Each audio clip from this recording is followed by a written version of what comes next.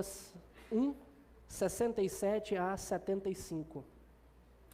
Diz assim: Zacarias, seu pai de João Batista, cheio do Espírito Santo, profetizou dizendo: Bendito seja o Senhor, Deus de Israel, porque visitou e redimiu o seu povo, e nos suscitou plena e poderosa salvação na casa de Davi, seu servo, como prometera desde a antiguidade por boca dos seus santos profetas, para nos libertar dos nossos inimigos e das mãos de todos os que nos odeiam, para usar de misericórdia com os nossos pais e lembrar-se da sua santa aliança e do juramento que fez a Abraão, o nosso pai, de conceder-nos que, livres das mãos dos nossos inimigos, o adorássemos sem temor, em santidade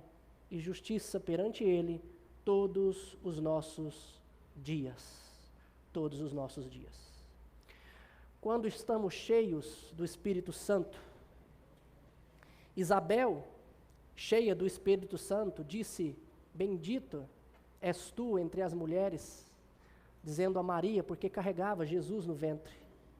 Simeão, cheio do Espírito Santo, tomou os meninos nos braços e disse: Os meus olhos viram a tua salvação. Pedro, cheio do Espírito Santo, pelo Espírito Santo, disse a Jesus: Tu és o Cristo. Mas quando deixou de falar pelo Espírito, começou a repreender Jesus.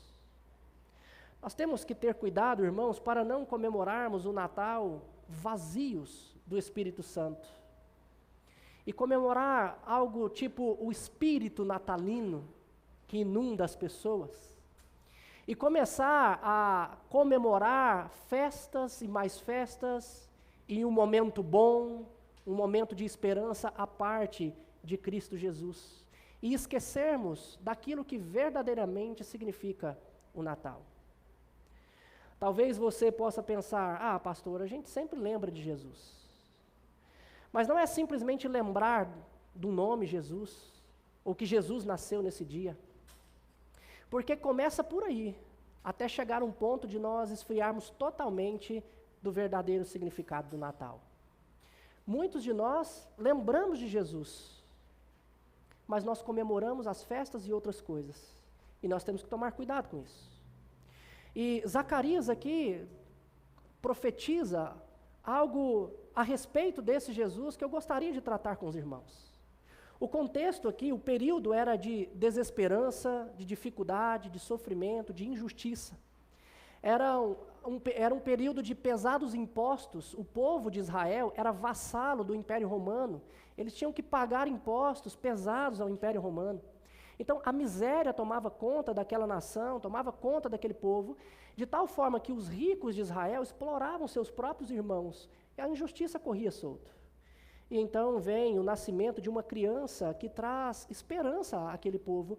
E aqui, nesse texto, Zacarias vai nos dizer o que esse Jesus veio trazer. Esse cântico de Zacarias nos fala dos motivos pelos quais nós devemos louvar a Deus pelo nascimento de Jesus. Pelo que você louva a Deus no Natal? Pelo que você tem elevado a sua voz e cantado ao Senhor nesses dias? Por quais motivos? E aqui Zacarias vai mostrar alguns para nós, e é o que eu quero trabalhar com os irmãos nessa noite. E o primeiro deles é que Zacarias louva a Deus por ter nos visitado e trazido salvação até nós.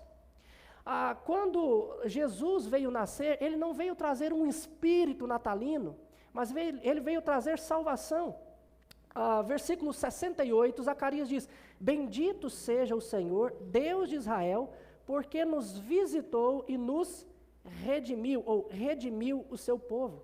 Visitar significa investigar para tomar conhecimento com o fim de cuidar daquela pessoa. Hoje em dia, às vezes a gente vai visitar alguém que está doente, mas nós só vamos ali simplesmente por visitar. Mas a visita, como é trazido aqui por Zacarias, ele vem não simplesmente para ver o que está acontecendo, mas para cuidar de nós. E é exatamente a respeito disso que Jesus também nos ensina em Mateus 25:36, quando ele diz: estive enfermo e cuidaram de mim. No sentido de que todas as vezes que nós cuidamos de alguém, em nome de Cristo, nós estamos cuidando do próprio Cristo. É isso que ele nos ensinou. E foi isso que Cristo veio fazer ao nascer, ele veio cuidar de você e cuidar de mim. Havia muito tempo que Deus não se manifestava ao seu povo.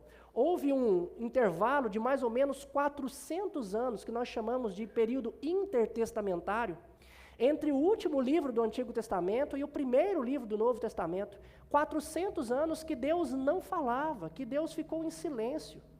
E a miséria estava assolando aquele povo, a servidão a outros povos estava assolando aquele povo, e Deus estava em silêncio. Mas agora, Zacarias diz: o Senhor nos visitou. O Senhor nos visitou. Zacarias era um homem justo, vivendo em um mundo de injustiça, um mundo sem esperança, e de repente agora Deus vem e visita-o, visita ele e o seu povo, visita nós, para nos livrarmos dessas desesperanças que muitas vezes assolam a nossa alma. Quando ele diz que ele visitou e redimiu o seu povo, redimir significa livrar da penalidade do pecado. Preste atenção em uma coisa, irmãos. Quando a Bíblia diz que Jesus nos redimiu, significa que ele pagou o preço da nossa dívida, de tal forma que ninguém mais pode nos acusar e dizer: você é devedor a Deus. Não, porque a dívida foi paga por ele. Ao redimir-nos, Jesus não está retirando de nós o pecado, nós ainda somos pecadores, e o pecado inúmeras vezes nos traz dificuldade, nos causam problemas e nos machucam quando nós o cometemos. Mas tem uma coisa que o pecado não pode fazer mais conosco, que é nos condenar, nos mandar para o inferno. Não há nenhum pecado mais que a pessoa que verdadeiramente entregou a sua vida a Cristo Jesus, que verdadeiramente crê que Cristo é o único Senhor e Salvador, não há nenhum pecado que a possa enviar para o inferno, porque Cristo nos redimiu. Ele então nos livrou da penalidade do pecado. Nada mais pode me condenar, ninguém mais pode me acusar. É isso que Paulo nos ensina em Romanos capítulo 8, a partir do versículo 31, quando ele diz: quem vai nos acusar se é Deus quem nos justifica? Se é Cristo Jesus quem morreu por nós, quem vai nos condenar? Se ele morreu no nosso lugar, pagando a nossa dívida. Por isso nós somos mais do que vencedores. E exatamente aqui, Zacarias explica como é que Deus nos deu essa salvação, como é que ele nos redimiu dessa maneira. Está aí no versículo 29, e nos suscitou plena e poderosa salvação na casa de Davi, seu servo. A promessa de Deus no Antigo Testamento é que da casa de Davi, da descendência de Davi, nasceria o Salvador, que é Cristo, Senhor. Ele nasceria da linhagem de Davi, e Deus preservou essa linhagem desde Adão e Eva, para que Cristo Jesus nascesse e abençoasse todas as nações. Então, ele levantou uma salvação, um Salvador para as nossas vidas. E é exatamente isso que significa o Natal. A salvação. Salvação da ira de Deus que estava sobre nós desde a antiguidade, quando Adão e Eva pecou e pesava sobre nós todas as nossas dívidas, toda a culpa do pecado. Nós éramos alvos da ira de Deus. Paulo nos diz isso em Efésios capítulo 2, quando ele vai dizer que todos nós andávamos outrora errantes e éramos alvos da ira de Deus. Mas agora, em Cristo Jesus, Deus vem nos salvar, porque alguém foi lá e pagou o preço pelos nossos pecados. E ele faz isso, gente, mostrando exatamente a fidelidade da sua palavra. Quando ele diz, ele cumpre. Nós precisamos voltar para as Escrituras, ler a Bíblia e confiar na palavra de Deus, acreditar naquilo que Deus diz, porque tudo que ele nos diz ali, ele cumpre. Deus fez promessas ao seu povo e ele as cumpriu fielmente em Cristo Jesus. É por isso que aqui no versículo 70, daí do texto onde nós estamos lendo, ele diz, ele cumpriu isso, essa salvação, ele suscitou essa salvação, como prometera desde a antiguidade por boca dos seus. Em Cristo Jesus estava se cumprindo tudo que Deus prometeu a nós. O nascimento de Jesus foi o conforto prometido desde a antiguidade por boca dos seus profetas. E o que Deus prometeu aos seus profetas? Por exemplo, a Moisés, ele disse que levantaria um profeta, um grande profeta, maior do que todos. Deuteronômio capítulo 18, Atos capítulo 3, quando Pedro fala a respeito lá de Deuteronômio, diz exatamente isso. A Davi, Deus disse que ele levantaria alguém que se assentaria no seu trono à destra de Deus o Pai. A Isaías, ele disse que levantaria um Deus conosco, Emanuel, um maravilhoso conselheiro, Deus forte. Jeremias, ele disse que levantaria um renovo, a justiça nossa. A Ezequiel disse que levantaria um pastor, o bom pastor que dá vida por suas ovelhas. Essas foram as promessas conhecidas, eram promessas conhecidas do povo de Deus. E o povo sempre vivia com essa esperança. Era isso que Zacarias esperava, era isso que Simeão esperava, era isso que José e Maria esperavam, era isso que todo o povo que temia a Deus esperava. Esse consolo, esse conforto. E, irmãos, o que consolou Zacarias não foi a mudança no Império Romano, porque o povo ainda continuou sendo vassalo do Império Romano. Não foi a substituição de Herodes, que era um carrasco para o seu povo como governante. Não, Herodes ainda permaneceu lá. Não foi nenhum tipo de melhoria financeira também que trouxe conforto e consolo. Mas a única coisa, coisa exclusiva, que trouxe conforto e consolo para Zacarias foi a chegada desse menino Jesus, que foi prometido pelo Senhor. Em Jesus, Zacarias teria consolo. Em Jesus, Zacarias teria conselho. Em Jesus, Zacarias teria renovo e teria justiça. E que motivo você tem para bendizer o nome do Senhor? Se você perdeu o emprego recentemente, se a única coisa que bate à sua porta é a aflição, se os seus relacionamentos não vão bem, se a dificuldade está aí diante de você, por que você pode levantar a sua voz, levantar as suas mãos aos céus e bendizer ao Senhor? Você tem esse motivo, irmãos.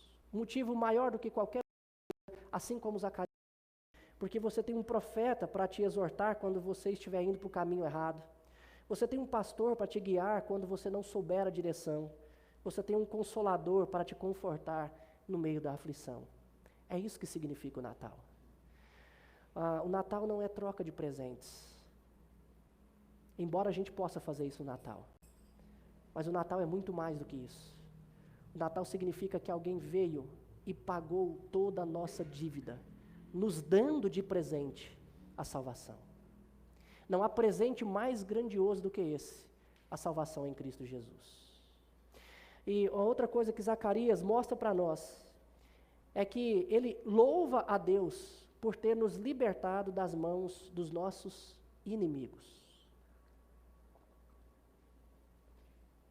Com a vinda de Cristo Jesus, nós somos salvos da ira de Deus, mas também somos libertos das mãos dos nossos inimigos. Observe o versículo 71, quando ele diz, para nos libertar dos nossos inimigos e das mãos de todos os que nos odeiam. Foi isso que Cristo Jesus veio fazer. E a Bíblia fala que Deus nos liberta em Cristo Jesus de 3 entidades, 3 carrascos das nossas vidas. O diabo, o mundo e a nossa própria carne, o nosso eu. O diabo porque ele quer destruir, ele já está condenado. E o que ele quer é levar o máximo de pessoas que ele puder com ele. Por isso ele se opõe a nós, ele se opõe ao povo de Cristo e ele causa dificuldades no meio do povo de Deus. Jesus fala exatamente isso, que ele via Satanás caindo do céu como um relâmpago. Paulo nos diz que o diabo, ele anda ao redor como um leão que ruge procurando alguém para devorar. É esse diabo que antes tinha poder sobre as nossas vidas.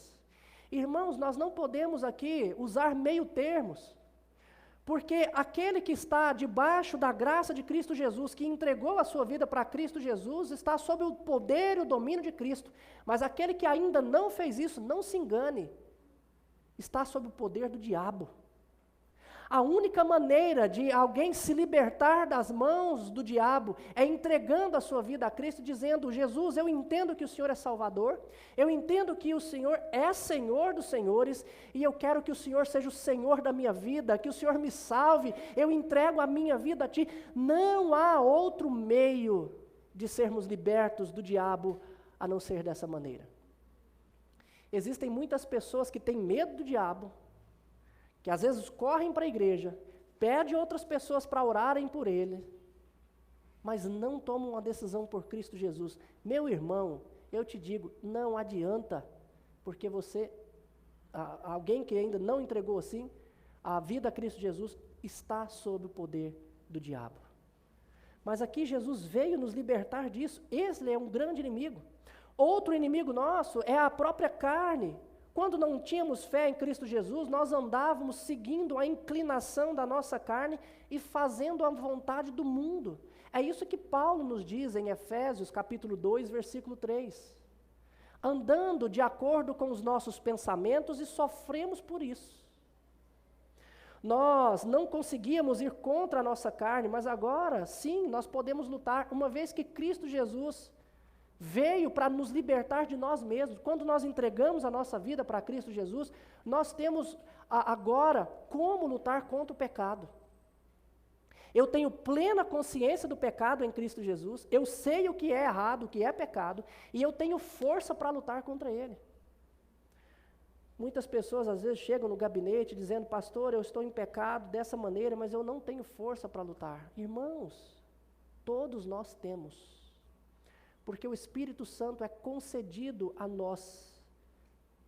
Paulo também nos diz em Efésios, ou em Gálatas capítulo 5, versículo 17, que dentro de nós, cristãos, que entregamos a nossa vida para Cristo verdadeiramente, há uma guerra entre a velha natureza, a carne, que é a velha natureza, e o Espírito que agora habita em nós. Porque eles são opostos. Eu disse para vocês que nós fomos libertados da penalidade do pecado. Redimir, Cristo nos redimiu, significa isso. Ele nos libertou da penalidade, mas ainda nós não fomos libertos da presença do pecado. O pecado ainda está presente em nós. E por isso há uma guerra em nós entre o Espírito e a carne, porque o Espírito quer subjugar a carne e a carne subjugar o Espírito. De tal forma que nós, pelo Espírito, podemos vencer a carne. Podemos lutar contra isso que nos aprisionava. Também Paulo nos diz, aqui nós aprendemos na Escritura, e o que Lucas nos escreve aqui, Zacarias dizendo que Jesus nos libertou dos nossos piores inimigos, conta também o mundo com os seus pensamentos, com a maneira de se viver, que muitas vezes tem tragado os crentes. E muitos crentes não têm pensado a respeito do pensamento do mundo e acabam indo, caminhando e seguindo esses pensamentos e sofrendo por isso. Mas nós fomos libertos disso. Nós temos condições também de ir na contramão do mundo. Porque Deus nos libertou disso. É interessante como que o povo de Deus, mesmo liberto, às vezes chora, sofre, deseja voltar para a escravidão, né, que voltar vai ser para trás ali, mas deseja voltar para a escravidão. Quando Deus libertou o povo do Egito, e o povo estava no deserto, por estar comendo pão e água, e bebendo água, passando a pão e água, o que eles começaram a fazer? A murmurar e dizer: lá nós tínhamos carne, lá nós tínhamos um pouco mais. Por causa das coisas gostosas que o mundo traz, muitas pessoas têm o desejo de estar no mundo, mas o mundo nos escraviza. Nos escraviza. João, escrevendo a sua primeira epístola, no capítulo 2, versículo 17, diz: não ameis o mundo e as coisas que há no mundo. Nós podemos desfrutar de tudo que está aí, porque Deus nos dá isso para desfrutar, mas quando eu coloco o meu amor, ou quando eu sigo o modo de viver do mundo, eu começo a ser escravizado por ele, eu não posso. Então temos vivido dias dominados por uma teologia da prosperidade. Agora vem uma teologia talvez mais pobre ainda do que isso, essa teologia do coach, dizendo que você pode tudo, que você é o centro de tudo, e que você é maravilhoso, e que você vai vencer, e esse tipo de coisa. E tem muito crente sendo envolvido por essa falácia, por essa ladainha, e tem seguido os padrões do mundo por causa de tudo isso. Quantas pessoas têm buscado a realização pessoal no mundo, os bens do mundo, e têm caído nessa falácia. Você não precisa ter dinheiro para ser feliz. Você não precisa ser bem-sucedido, realizado no seu trabalho, na sua vida pessoal, para você ser feliz. O que você precisa é entregar a sua vida para Cristo Jesus e viver aos pés dele todos os dias, adorando a ele todos os dias. Porque esse Jesus nos libertou de tudo isso, do diabo, da nossa carne e do pensamento desse mundo. De tal maneira que nós podemos viver nesse mundo, sofrer os piores horrores e ainda assim permanecermos felizes em Cristo Jesus. Mas por fim, Zacarias louva a Deus por ter nos reconciliado novamente com Ele, com Deus. É isso que ele vem nos ensinar aqui agora, versículo 72, para usar de misericórdia com os nossos pais e lembrar da sua santa aliança. Por que usar de misericórdia e lembrar da aliança? Porque Deus prometeu aos pais, desde a antiguidade, lá com Abraão, Isaque, Jacó, todos eles, Deus havia prometido que abençoaria o seu povo, que traria o seu povo de volta. Mas esse povo era inimigo de Deus por causa dos seus pecados. E esses pecados precisariam ser perdoados, alguém teria que pagar o preço por esses pecados. Nós éramos inimigos de Deus antes de termos fé em Cristo Jesus. Mas pela fé em Cristo Jesus, Deus nos reconcilia com Ele. Hoje nós podemos ter paz diante de Deus. Existem aquelas pessoas, como eu já disse aqui na igreja algumas vezes, que se você perguntar como é que está a sua vida com Deus, ele vai dizer: eu estou em paz com Deus. Não é muito difícil estar em paz com Deus. Mas a pergunta que nós devemos fazer é: Deus está em paz com você? E para isso só existe uma resposta. Se você crê verdadeiramente que o único Senhor e Salvador é Cristo Jesus.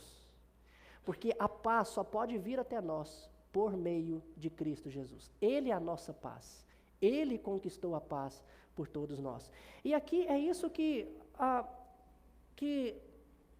Zacarias está louvando a Deus, bendizendo a Deus, porque ele agora usou de misericórdia com os pais, com todos nós, lembrando da aliança e do juramento que fez a Abraão, o nosso pai, de nos conceder que, livres das mãos dos nossos inimigos, agora pudéssemos ter um relacionamento com Deus. Um relacionamento com Deus. Natal, irmãos, deve significar para nós que agora nós podemos adorar a Deus, que nós podemos sentar na presença dEle, livres dos nossos inimigos, livres de qualquer entidade que nos odeie, seja o diabo, seja a nossa carne, seja o mundo, agora reconciliados e podemos adorar a Deus. É isso que significa o Natal. E é importante nós entendermos que o propósito e a alegria de Zacarias é que ele poderia agora adorar, que ele poderia cultuar. Mas tem quantos crentes que se alegram por tantos outros motivos, mas não se alegram pela oportunidade que ele tem de poder adorar a Deus, de cantar louvores a Ele, de orar a esse Deus, de servir a esse Deus. E aqui Zacarias está dizendo: olha, agora nós podemos fazer isso, e ele ainda nos diz como é que nós podemos fazer. Ele vai dizer que nós devemos fazer, ou podemos fazer, em santidade, em justiça e sem temor, diante dele todos os dias.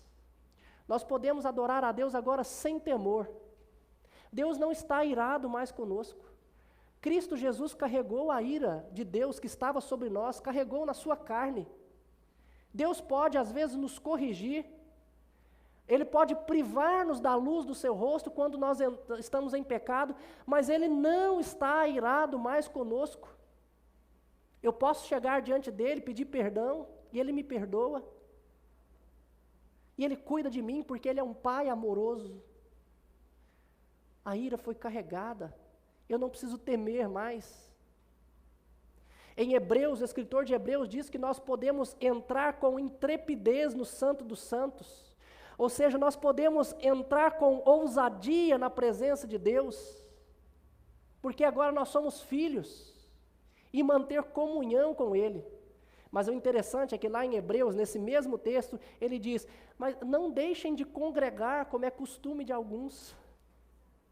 Nós temos a ousadia, nós podemos entrar, podemos chegar diante de Deus, e isso é bom nós entendermos que essa ousadia, intrepidez não significa irreverência, mas é que nós temos liberdade para chegar até Ele. Embora a gente tenha isso, muitas pessoas não aproveitam, não congregam, não adoram, não estão diante desse Deus. Mas nós podemos fazer isso sem temor, não temendo inimigos. Nós devemos fazer isso em santidade, como ele bem coloca. E essa santidade tem a ver com a maneira como nós nos relacionamos com Deus.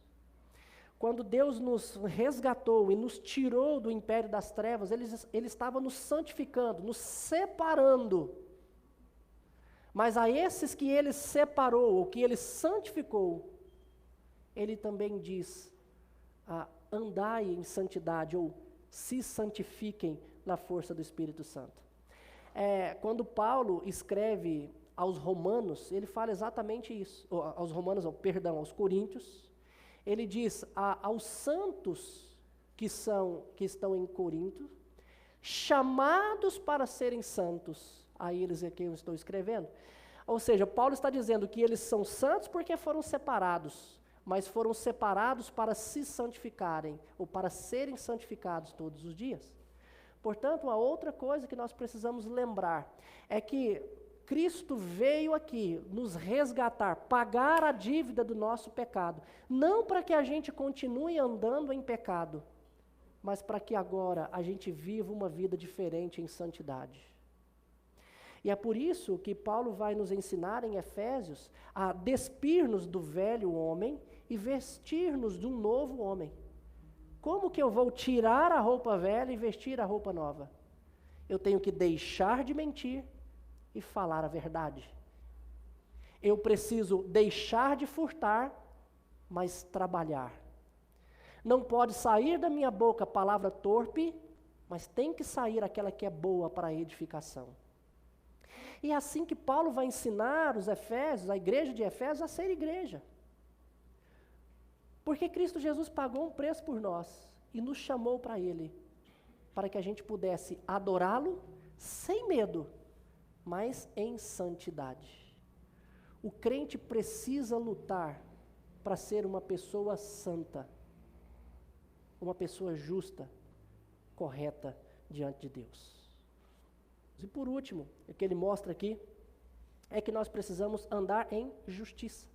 Chegar a adorar ao Senhor sem medo, buscando a santidade, mas fazendo aquilo que é direito, andando em justiça perante o nosso Deus. Miqueias, capítulo 6, versículo 8, o profeta Miqueias deixa bem claro aquilo que Deus requer de nós, ou se agrada de nós. Ele diz ali que Ele te declarou, ó homem, o que é bom e que é o que o Senhor pede de ti.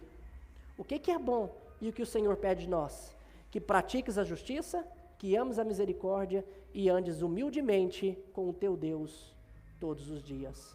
Miqueias 6, capítulo 8. E nós precisamos fazer isso, não é um dia, 2 dias, 3 dias, mas é todos os nossos dias, todos os dias da nossa vida. Nós precisamos lembrar disso hoje, irmãos, na véspera do Natal, que comemoramos o nascimento de Cristo Jesus. Mas isso deve ser vivido por nós todos os nossos dias. Lembre-se que o Natal é mais do que presente, do que dar presente. Mas é receber, é entender o presente que Deus nos deu, que é a salvação em Cristo Jesus. Não há nada maior do que isso. Não há nada melhor do que isso para levantarmos as mãos para os céus e agradecer ao nosso Deus e louvar a Ele. Por qual motivo você dirá ao Senhor, louvado seja o Senhor Deus? Por qual motivo você sentará no dia 24 para o dia 25 para cear com os seus parentes, com os seus familiares ou com os seus amigos? Para festejar simplesmente? Para ter um momento a mais de comunhão? Ou você estará louvando a Deus, como Zacarias, que disse: bendito seja o Deus que nos suscitou grande salvação em Cristo Jesus. Que o nosso louvor, que o motivo do nosso Natal, seja o mesmo de Zacarias, hoje e para todo sempre. Vamos orar.